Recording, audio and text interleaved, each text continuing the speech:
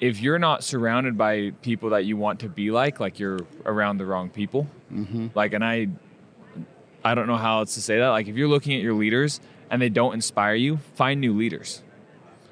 If you're looking at your leaders and you don't think, man, I want to be like him or her, she's the wrong leader or he's the wrong leader for you. And that's what, when you're talking about Casey and Todd, one of the most impactful. For the record, I had to compete against these guys for my entire career. Yeah, so sure. for me to pay homage, to these guys, like I had to go toe to toe with them my entire career, and I'm grateful for them. For sure. They pushed me and they made me better just competing against them.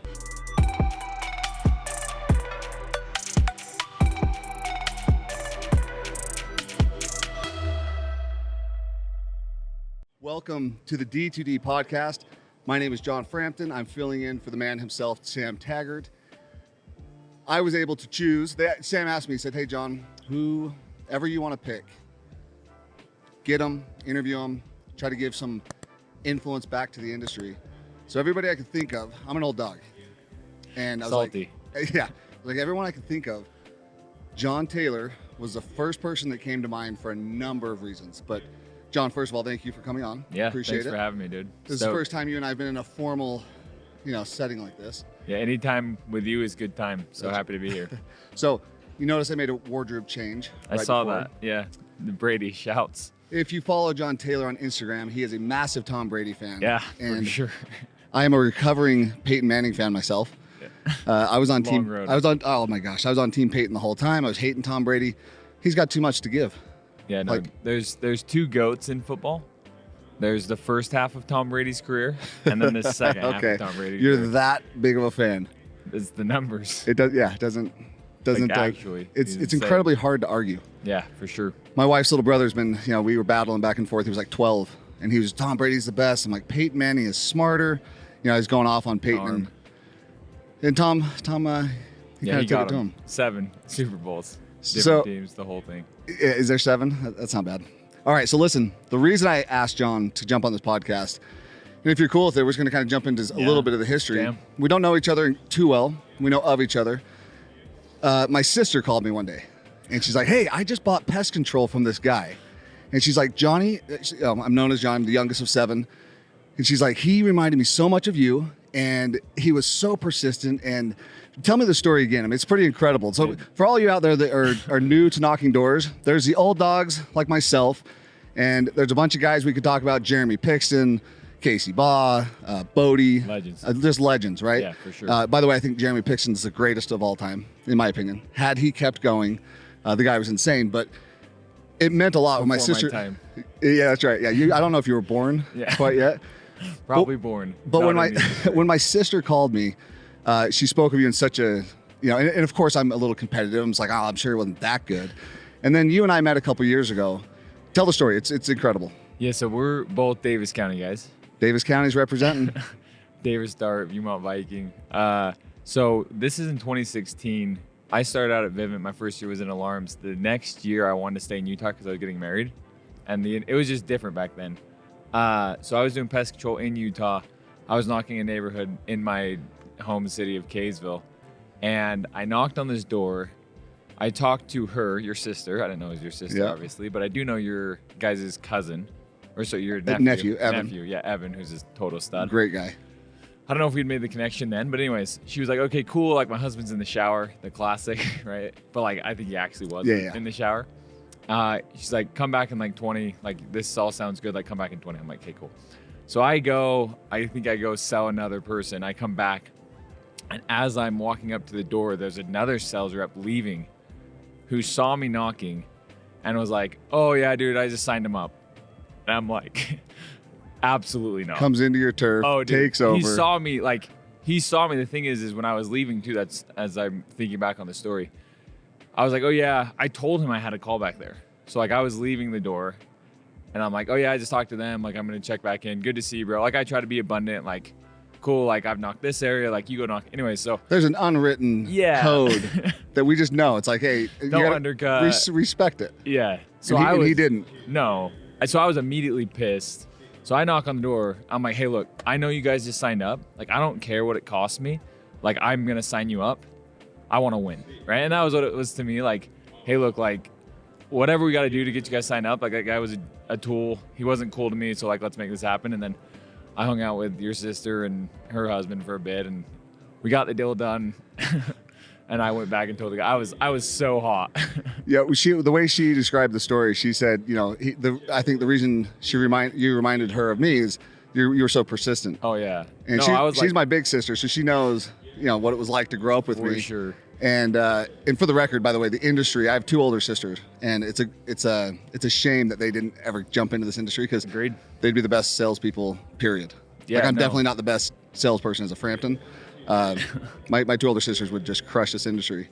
But yeah, so that was the first time I'd kind of heard about you. And I knew you worked with Bridger Thomas, a dear friend of mine, over at GreenX. He laughs because Bridger is the most entertaining human. Oh, dude, the funniest, most inappropriate, skinny, fat guy you've ever met. Shout out, Bridger. I tried to get him on this to follow up right after you, and he's currently going through a kidney stone. Yeah, again, the guy gets more kidney stones than anyone. He's got to stop drinking so much milk. There's like kidney stones, and then there's like Bridger Thompson stones, and those hurt way worse. They have to. Oh, it's so awesome. Well, you were there. I heard about you, just your name there. And then I've got nephews that are in this industry. Yeah. Spencer sold pest control. My nephew Evan, Jake. Studs. Yeah. Spencer sent me an awesome message like a week ago. Yeah, those guys are awesome. So I had been kind of dabbling, thinking about getting back in the industry. Yeah. And Evan was saying, you've got to meet John Taylor. And so I was somewhat reluctant. I was like, all right, I'll go meet him. And so the real reason I wanted to sit down with you, and the reason I'm such a fan, is I went into your office, I sat down, I looked up, just your culture in general, and I sat down with you, and I was so impressed. And I mean this, like, I have been in this industry for a really long time, and it was the first time somebody, how old are you, 27? 28. 28. It was the first time somebody your age, I was taken back, and it reminded me of the people I looked up to, and maybe even the way, I don't know if I carried myself as well as you did, but it reminded me of the way I felt when I was in my prime, when I was out there with teams running, going door to door. You had your purpose was very clear, and I'd love for you to share that with these guys. For sure. You had your own culture. You cared about your people, and I remember we talked about, just not screwing over your sales reps. Yeah. And you were telling me at the time, I think you were looking at potentially working with Aptive, which you ended up doing. So you're now currently at Aptive. Yeah, one of our partners is Aptive. We'll sell with 4 different companies, but the majority is at Aptive. We ended up doing that. And Grit is your own brand. I was showing you my hat beforehand. I'm like, hey, you inspired. You've got the best gear in the industry. The hat's sick. But but our guys crush it. My biggest takeaway was you sell lights out, but you care about your people, and you care about the people working with you. And based on my sister's experience, you care about your customers. It's not just... For sure. And to find somebody that does the kind of volume you've done in the past, personally selling, but then to build a massive culture the way you have, and I'm going to stop talking here in a second. That's what I'm hoping that the people on this podcast can jump in and listen to, because you were selling, first of all, local. I mean, you were in your own backyard. Yeah. You grew up, went to Davis High. My sister lives right by Davis Golf Course. Yeah. And you still made it happen. You still had the same tenacity you do if you were in another territory. But those are kind of some of the things I want to hit on, and I think these guys can benefit from listening to you. Love it. Yeah, I got to figure out what I said and did that day we met, because I've never had a bigger fan from one meeting than you. So whatever I did that day, I got to go recreate it. When I'm recruiting and hiring leaders, I look at them and I say, would I follow them? Would a young John Frampton work for that person? And the entire time I was just like, yes, unequivocally, no doubt, yes, I would work with this guy or for this guy. Yeah, I was thinking about that because you mentioned that yesterday. So I was thinking about that yesterday on the way up today. And I think people really appreciate authenticity. As when I think about people that I really like and respect, whether it's you, like I've always really enjoyed our interactions. Casey Baugh is like my hero. I really like Matt Rasmussen at Ion. Sam Taggart's this way. I think people, if I'm trying to think about how I want you to perceive me, or I'm trying to control how you feel about me, I want you to think that I'm a certain way. I think it's really hard to be authentic. Yeah. Where if I'm just worried about being kind and cool and nice, and then trying to have impact, I think I'm gonna get what I actually want anyway. So to what you're saying, right? The why of, and like you said, I'm a managing partner at Grit Marketing. The why of the Grit is impact. And that's where we make decisions around. That's how we think about things. We want to positively impact as many individuals and families, both current and future, as we can. We want to positively influence our core leadership, and that group grows every year. And then we want to impact the state and the industry. Similar to what Sam's done here, it's incredible. And so as we make decisions about who we work with, what we do, where we go, the goal is impact, and financial impact is certainly a part of that. But it's just a part of it. But I mean, I graduated in finance from BYU. I do back ends. I've done back ends for years. And I, for the first time ever, had someone, it was 2 nights ago, sobbing when I showed him what we were going to pay him. Okay, good tears. Great, dude. Okay, all right. I've heard the other type of tears. I've never had someone cry about like, oh, dude, this is what you're going to make. You're only going to make 150. I know you thought you were going to make 180. Like, I've never had that. He sold a Golden Door. He's a Golden Door winner. He was on the stage yesterday. He's never gotten a back end. He's sold 2 years before, so he's always gotten screwed or whatever. He just never got paid. And, we're going to pay him next Friday, like over $200,000 on his back end check. Jeez. And, and that's not what he's making. He's made a lot more than that. We've, as we've paid him throughout, and he was just like, dude, when I went out to area, I drove out to my market. I had to call my girlfriend. She had to Venmo me $20 so that I could put gas in my car to get out and knock a neighborhood. And now, he's going to, in a single day, have over $200,000 in his bank account. And so it's those type of stories, right? Financially, but then also all the growing, Spencer, your nephew sent me a message like, hey dude, we worked together for like a year. He's like, but I want you to know that like you've had a ton of impact. And he said a really nice message, dude, like that's what it's all about. Yeah. Like money comes, money blows. Like I'm all about making and investing a ton of money, and that's awesome. But like what we're doing and how we're impacting is like, to what you are saying, is like the purpose of what I want to do and what I want to be. Well, it's cool because that compliment or that text message came, years later, right? You worked with this guy years ago. Mm-hmm. And I agree with you. Those are the best texts ever. And you forget, what meeting you gave or what training you gave that made that kind of impact. Well, you never know. Yeah. Right. Like you just never know. And so I think, right, like speaking about purpose, Jimmy, as we're walking by, Jimmy Rex has been influential. He does We Are the They. He talks about having purpose, and not just like, okay, cool, John, what do you want to do with your life? And having like vague ideas about like, yeah, like I want to have like impact, and like I want to make lots of money, and like I want to do these like things, but like having like a very clear, Tony Robbins talks about like a mission statement. Mm-hmm. Where you can articulate it. This is my purpose. And so, right, like mine, as you're talking about purpose, and I'm sure this will be a developing thing, right? But it's like, for me, I talk about, as we're slamming these monsters here at 8 a.m. Right. Before Door-to-Door Con, I talk about success is closing the gap between your potential and your performance, right? So where are you currently? What's your potential? Always trying to close that gap between where you could be. And so the purpose of my life, right, as you articulate it, is the purpose of my life is to close the gap between my potential and my performance as I become more like Jesus Christ, who I believe in, as I maximize my role as husband and father, and as I positively impact as many of God's children as possible. And so as I make decisions and work in what I do, right, because I have a written purpose, I can make them with the lens of like, okay, is this helping me get to where I actually want to be?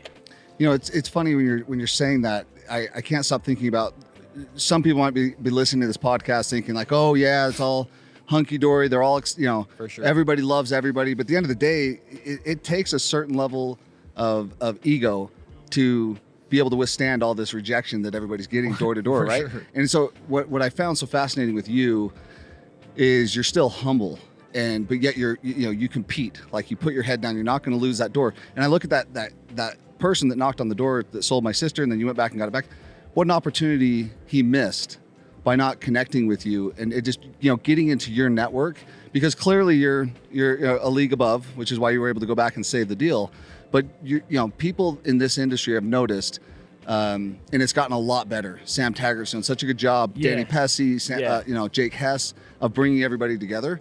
But it's like, you got to be competitive and win, but you manage to do it in a way where there's so much humility and so much confidence at the same time. It's like, how do you balance that for somebody that's watching this, and you might be brand new to the industry, or if you've been in this thing for 10 years, I'm telling you right now, you can learn from John Taylor. But how do you manage that? Because you do it flawlessly. Well, that's first off nice of you to say.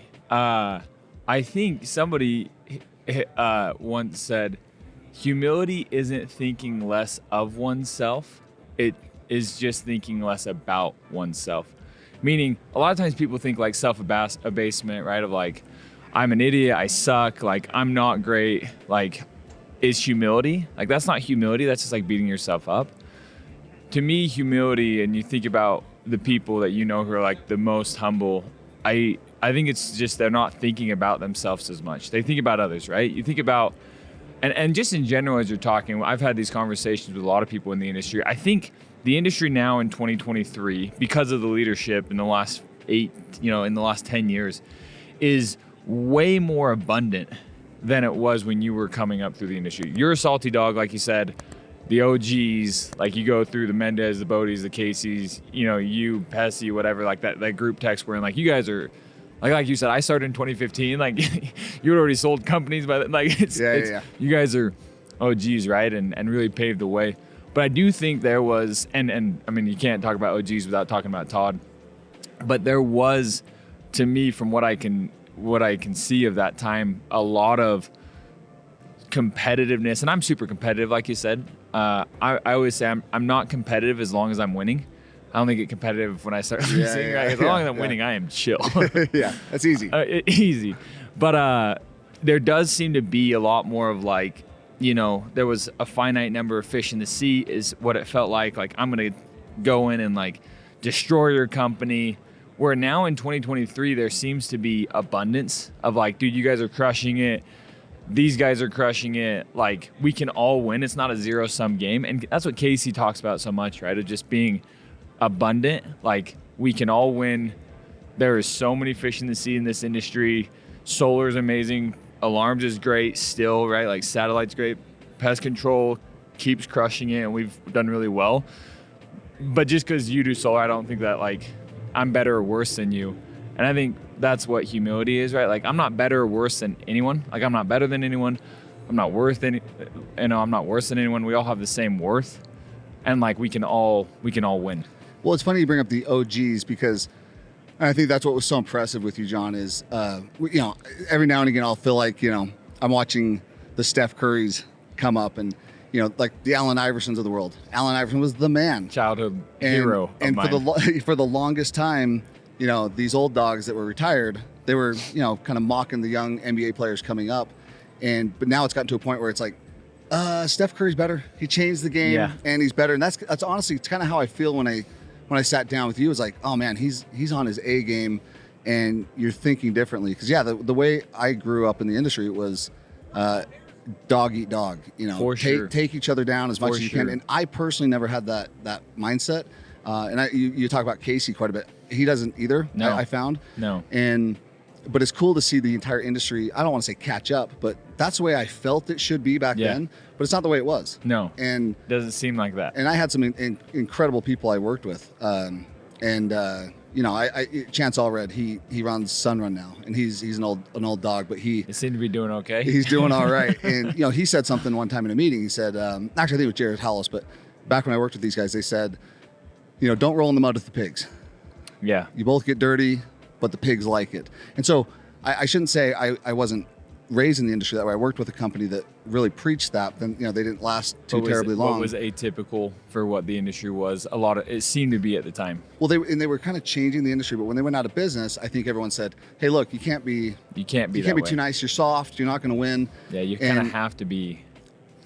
But it's interesting, right? Like, and what you're saying, it takes a lot of humility. I think it's easy to be like, oh, like I did it the best way, and like that's like the best, and it's like, no, like I think we continually make adjustments as an industry, hopefully as individuals, like we're always leveling up.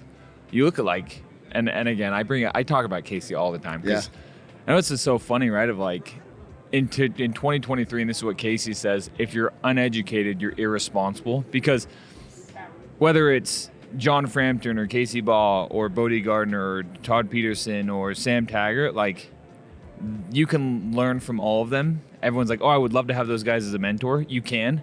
Like, go to Apple Podcasts, type in their name. There's about 15 different, like, just go listen to them, and then you can hear what they think is the most valuable things to share, because that's what people do on podcasts, right? So I think, learning and just adjusting in general from those guys and just from anyone takes humility, and is where the industry seems to have shifted in the last 10 years. Yeah, it's interesting. You bring up, I was talking to somebody the other day about Todd Peterson, and they didn't know who he was. I was like, what? Like, how can you not know who Todd Peterson, like the guy, billionaire with a B. And he changed, I mean, he flipped the industry on its head, and we all owe some sort of homage to him. Oh, dude. Myself included. But it's interesting to watch how it has evolved since then. He's always been 10 years ahead of everybody else. Yeah. And so, sorry, go ahead. But what I'm saying, you talk about Casey, and it's like proximity. For sure. Casey was really like smart, put himself 100%. Put himself right, in that situation. He's very humble about it too, saying, "Hey, I intentionally surrounded myself with this guy because he saw, what Todd had to offer, and he tried to offer as much value back." But for the people that are listening right now, because you're gonna have all walks of life listening to this podcast. So let's go to the first year sales rep, or the person that's out there just starting to build a team. They're somewhat, wet behind the ears. What would you say to them as far as how to translate, what they're being taught at their current company? Let's say their current boss is telling them kind of the opposite of what you and I are talking about. How do they adapt and adjust and try to be a force of good in the industry? Yeah, it's, as I've been thinking about this, because I'm doing the panel here in a bit, and I imagine there's going to be some sort of question on like at the Grit, you guys have had of the 35 pest control awards that were given out yesterday, like you guys had 14 of them. The year before, we had 11. I did 2 back-to-back. So I think there's, as I've thought about why that is, and you talk about proximity, right? And it's cliche to say, but the cliches are often true. Like, all ships rise with the tide, or you become like the 5 people that you surround yourself with. If you're not surrounded by people that you want to be like you're around the wrong people. Mm-hmm. Like, and I don't know how else to say that. Like, if you're looking at your leaders and they don't inspire you, find new leaders. If you're looking at your leaders and you don't think, man, I want to be like him or her, she's the wrong leader, or he's the wrong leader for you. And that's what, when you're talking about Casey and Todd, one of the most impactful. For the record, I had to compete against these guys for my entire career. Yeah, so sure. for me to pay homage, to these guys, like, I had to go toe to toe with them my entire career, and I'm grateful for for them. For sure. They pushed me, and they made me better just competing against them. Yeah, dude. One of the most impactful things that I've experienced is for sure in the last 12 months was Casey now runs a private equity firm called Sandlot, and they did this summit, and they had a bunch of speakers come up, and the last speaker was Todd. And Casey, for everyone, because this is who Casey is, did an introduction for that person where he reached out to a family member, got like a story from the family member instead of just like a generic, right? But when Casey was introducing Todd, and this was one of the things that was so impactful, he could not get a sentence out. He was sobbing. Not like, dude, emotional. Like I get emotional. Dude, he was crying in front of 500 plus people, right? Like, saying, look, that's either going to bode well for Casey, or he's going to be like, dude, what are you doing? Tell everybody I cried. Dude, like, it's just it shows how authentic he was about it. Oh, dude, right?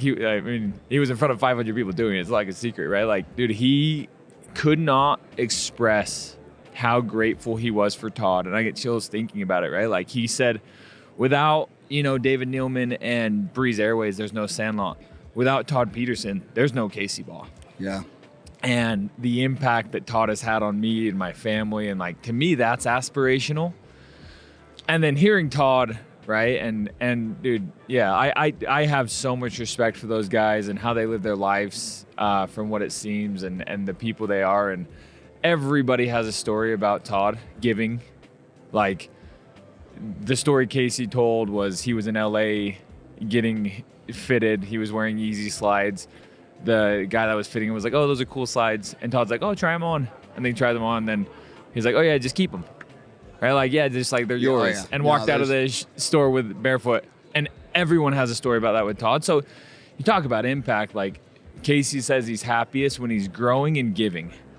And those guys have been such examples of like, there's so much money in the industry. How much are we giving? How much are we impacting? Man, so just to touch on this, I mean, and this is why hopefully you guys all see why this guy's just incredible. He's just a sponge. He's soaking up knowledge around everyone. And by the way, just for the record, like he's like the best at knocking doors and selling, and it's clear why. I mean, I'm over here just captivated.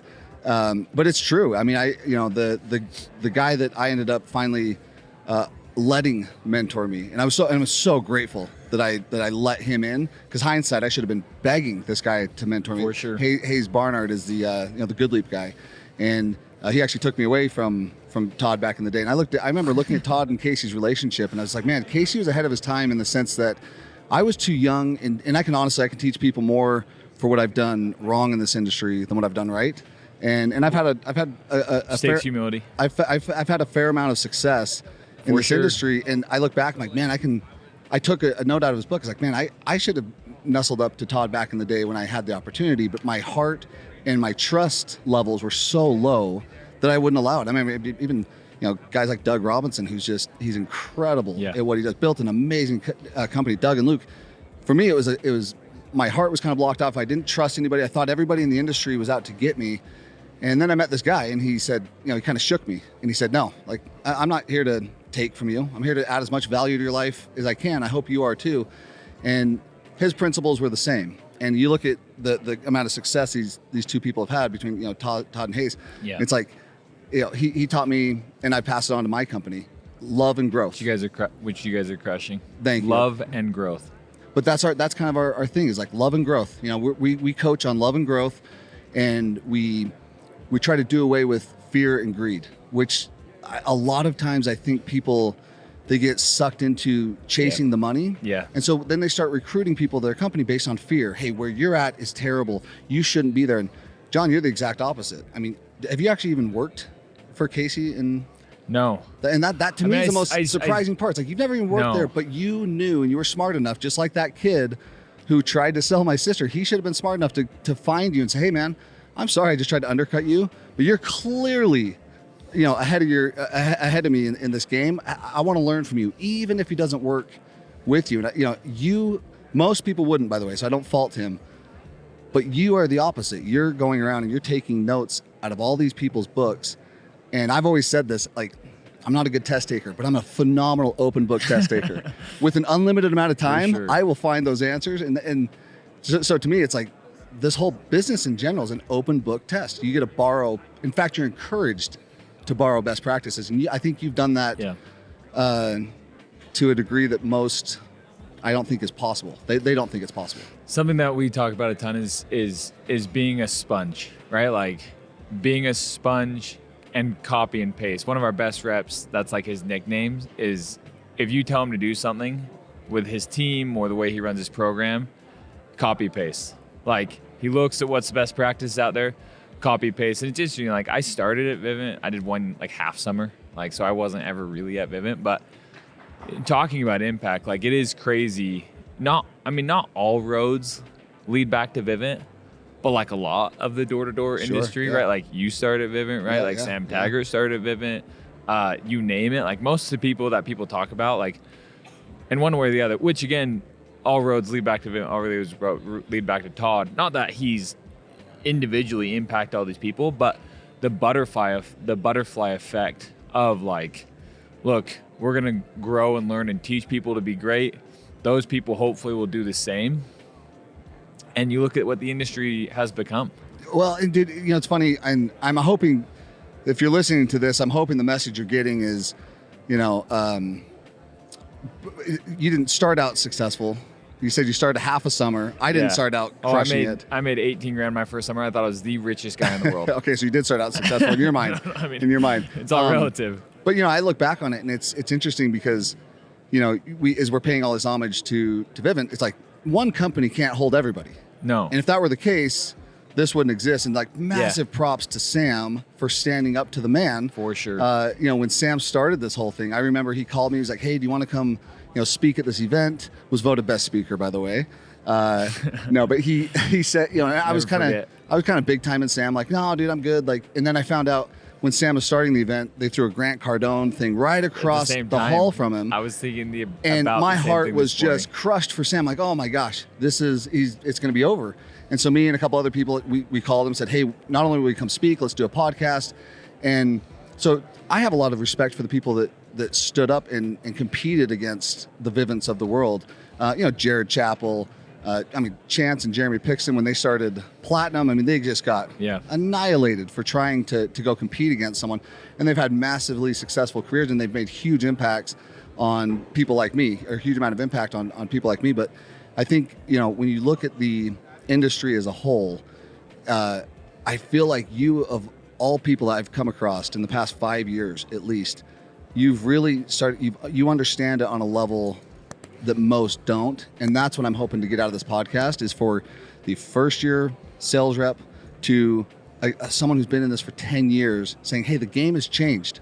3-pointers, you need to start practicing your threes. For sure. This is the way of the future. And if you want to compete in the NBA, you need to have a 3-pointer." And so I'm hoping that's what they get out of it. But how would you tell somebody to follow in your footsteps, or to do the things you've done to have this amount of success? Yeah, I 100% agree with you. And as I was thinking about as I was driving up, like what Sam has done for an industry who is so, the way it was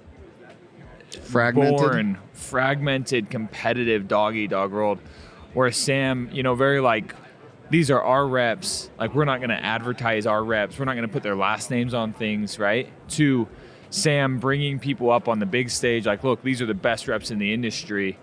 And I think it's just a shift between, scarcity, right? Zero sum. I can only win if you lose. Yep. To abundance, right? Of like, no, like 1 + 1 can equal 3. Like the door-to-door industry can come in, learn, level up, and like we can all be better because of it. And we can all create more value in the world because of it. So I think it's focusing on the right things with the right people at the right time. And I'm a huge fan of door-to-door. I think everyone should do it. I think, and if you're listening to this podcast, you probably do. Yeah. But like the lessons you learn and the growth and just selling, like everything is selling. But I think just to answer your question, right? Like trying to focus on doing the right things for the right reasons with the right people, going back to what we talked about earlier, like who you work with and who you surround yourself with matters. Like it will fundamentally shape who you are and how you think about things, just by what you said of proximity. Yeah, I could not agree more with you on that. And I think if I were to add anything, I was fortunate enough to have a mentor grab me by the face mask and, shake me a little bit and say, "Hey, stop, this whole not trusting people thing. I'm not out to get you. You're not worth that much." Yeah. It was kind of a humbling thing, but I feel like a lot of people don't know where to go to find that mentor, and that person is right next to them. And it might be their friend. The way I was recruited into the industry was by one of my best friends from high school. We were ultra competitive with each other. And he went out and sold and did well. And he recruited me. He stayed on me. And to this day, John, I'm grateful for the impact that he had on my life. For sure. Because I don't know, I would have been successful. I don't think this is the only way to find success. I would have done, probably medical sales or something. For sure. But he changed the course of my life, potentially my kid's life, because he was persistent. He stayed on me, and he genuinely cared because he saw the talent. He's like, "Hey, you can do this." And this is a friend of mine that we're so competitive with. I didn't think at the time he had too much to teach me, but the second I said yes, I listened and hung on his every word. And man, did he teach me how to work. I had no idea. I had no idea that my work ethic was nowhere near what his was. And so I think we almost have a responsibility to do well in this, not just in this industry, but just in general in life, because you never know who you're going to come across and whose life you're going to make an impact on. So for those of you who don't know Totally agree. who that mentor is, or those of you who walk up to Sam Taggart or Danny Pesci, or some of these guys, Jake Cass, and hey, will you mentor me? And they just don't have the bandwidth to do it. Don't take it personally, but be persistent. Stay on their hip and ask them, hey, I know you can't, but do you have somebody good in mind? But on the flip side of that, totally agree. But, and this is to what you're saying, and I mentioned this earlier, right? Like, everyone's like, oh, dude, I would love to be mentored by Sam Taggart. Or like everyone on this podcast that's listening to this podcast, wouldn't you love to be mentored by Sam Taggart? Or wouldn't you love to be mentored by Ed Millett or Tony Robbins or Tom Brady? They all have a podcast. Literally everyone that I just said has their own podcast that they give their best practices and thoughts that if you were mentored by them, they wouldn't tell you that much different. Everyone wants to be special. Yeah. Everyone wants to say, look, I want to be mentored by John Frampton one-on-one. And that's where Casey Boss says, right? Like, you're irresponsible in 2023 if you're not educated. Most of the people, right? Like, Stephen Covey has been a huge mentor of mine. He never knew me. Like, never met him. Never met him, right? Like, he never knew me.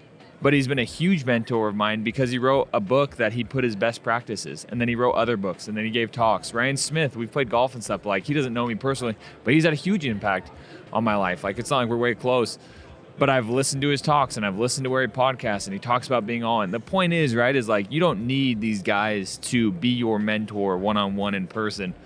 Go listen to their podcast, literally search their name, be a sponge, and they can become your mentors. Wow, that's pretty deep. And I don't think a lot of people have viewed it that way. It's more like I'm a fan listening to their podcast as opposed to I'm a mentee. I'm learning. I'm here being educated. A student, yeah.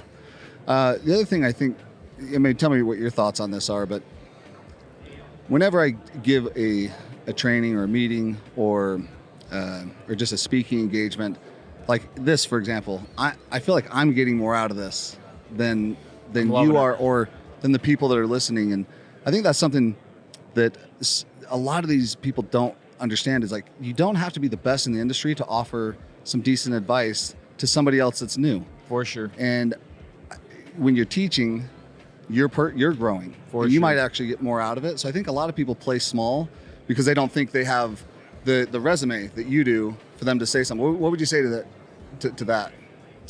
Yeah, it goes back to, like, one, you don't have to do a ton to have really good and smart things to share if you're just a sponge and a learner.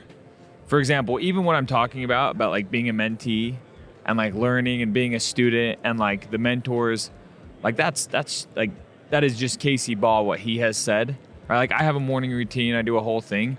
Like, it's Casey's with a little bit of Ed Millett. Like, the point is you don't have to go and have Ed Millett's experiences to learn the lessons that Ed Millett has learned. To the same level you probably do, but like, you can learn a lot of what Ed Millett has learned by just listening to him and then implementing. Yeah. Like, you don't have to go run and start and fill a company to like learn a lot of the same lessons. To the same level, sure, you won't learn them as well, but like, you can learn a lot of the same things without having done it by just listening, learning, reading from those guys. Like, Elon Musk's book is insane. Like, I'll never do what Elon Musk has done, but I can learn a lot of the same lessons because he like shares them in a book. Yeah. Or there's a book written about him that like goes through a lot of the same lessons. So that's how I think about it. Yeah, no, it's I think you're making a lot of sense to me anyways, and I'm hoping everyone is listening is getting the same kind of impact on this. If not, it's been a great conversation between me and you. I'm having a good time. It's funny when you say that, I instantly think that I think people they're scared to fail. And so they don't put themselves out there to coach. I mean, I'm kind of an example of this. I've been asked to speak for the last 5 years, quite a bit. And I've done it to people that are good friends of mine. I'll go do it as a favor. And I always walk away thanking them. Like, thank you so much for giving me the opportunity to come share my failures. And so my point being is, I think people, they don't want to put themselves out there because they don't want to fail. But failure is where all that growth comes from. And people look at a John Taylor or even an Elon, and it's like, man, they've just been winning their whole life. Very different. Yeah. Disclaimer, I don't know if I should be putting you in the same sentence. Yeah. Let's go ahead and separate those two. Thank you. But the point being is, like, there's more failure, and that's where the growth comes from. And I think people it's the opposite in their mind. They think I'm winning and that's how I'm growing and that's how my resume is growing. It's like, no, actually you were being prepared through all those losses to win. And totally agree. I think that's, for me, it's, I love how you're paying homage to the people who taught you and being humble at the same time. But what advice do you have? And we'll kind of wrap it up with this. How are we doing on time? We got 5 minutes? In closing. Oh yeah, we're good. We got a few more minutes. But what would you say to the experienced manager that doesn't even realize they're not in that, like you said, abundance mindset? State. How can they change, or can they change? Can they adapt? Are they just going to be an old dog forever? No, I think to answer that last question, right? Like, can they change? I have 3 truths that I like to share. The third one is you can change, you can make adjustments, like you can improve. And so the first overwhelming answer to that question is like, yes, like you can get better, you can improve, you can become more abundant. I don't think you have to reinvent the wheel. I don't think you have to pave the way.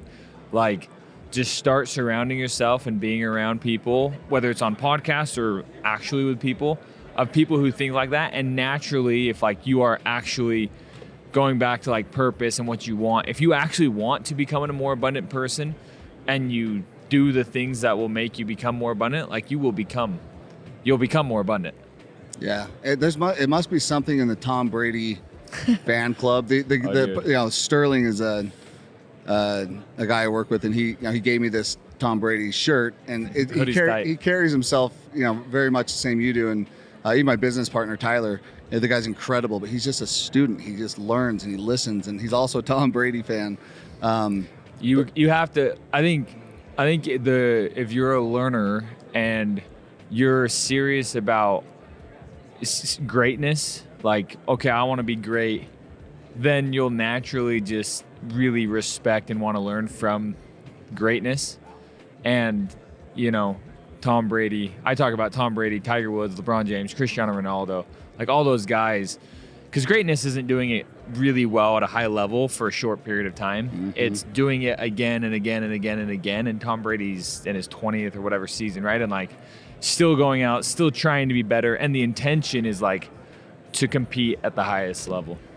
So I think, whether it's a Tom Brady thing, I think it's probably more just like Serena Williams. Like, you have to respect. If you're serious about greatness, you've got to look at those and be like, oh yeah, like that's incredible. Yeah, that's it's interesting. I think I've said it's interesting about 50 times on this podcast so far.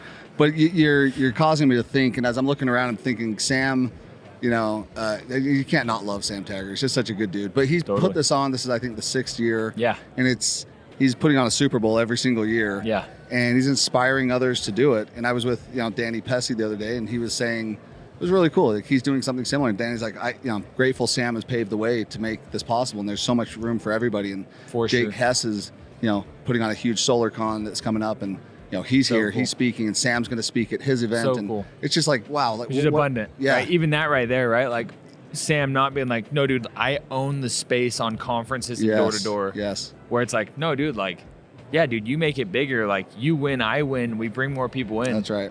That's right. Abundance, Taylor McCarthy's doing the same thing. He's an OG. There's so much winning. So, John, you're the man. Hey. Thanks for having me on and having the conversation. To what I said earlier, right? Like, I think that you are someone who is incredibly authentic. You're not trying to shape the way that I view you, and so I've always really appreciated our relationship, and have a lot of things that I really respect about you and want to learn from you and others like you in the space. So appreciate you having the conversation with me. Yes, absolutely. Hey, and listen, to wrap this up, John Taylor, Grit Marketing, legend in the industry. I want to take just a couple seconds and just say, hey, if you're struggling, if you're thinking about, you're having dark thoughts, you're thinking, there's no end in sight for you. I just had there's been 4 people from my high school in the past few years that have taken their life. And I just want to say, surround yourself with people like John Taylor, and know that you're special. You have something to offer. You're loved. Sure. And if you need something, reach out. I'm here. I know John Taylor would take your call. 100%. But you matter. You're very important. And I'm just hoping to get that message across to anybody who's thinking some dark thoughts. I think most people have had these dark thoughts, creep into their head every now and again. But we love you. John, thank you so much for taking the time to come out. Appreciate you, John. Slamming the retweet on that. You matter, you're important, you have value. So love to everyone. Thanks, John. Thank you, buddy.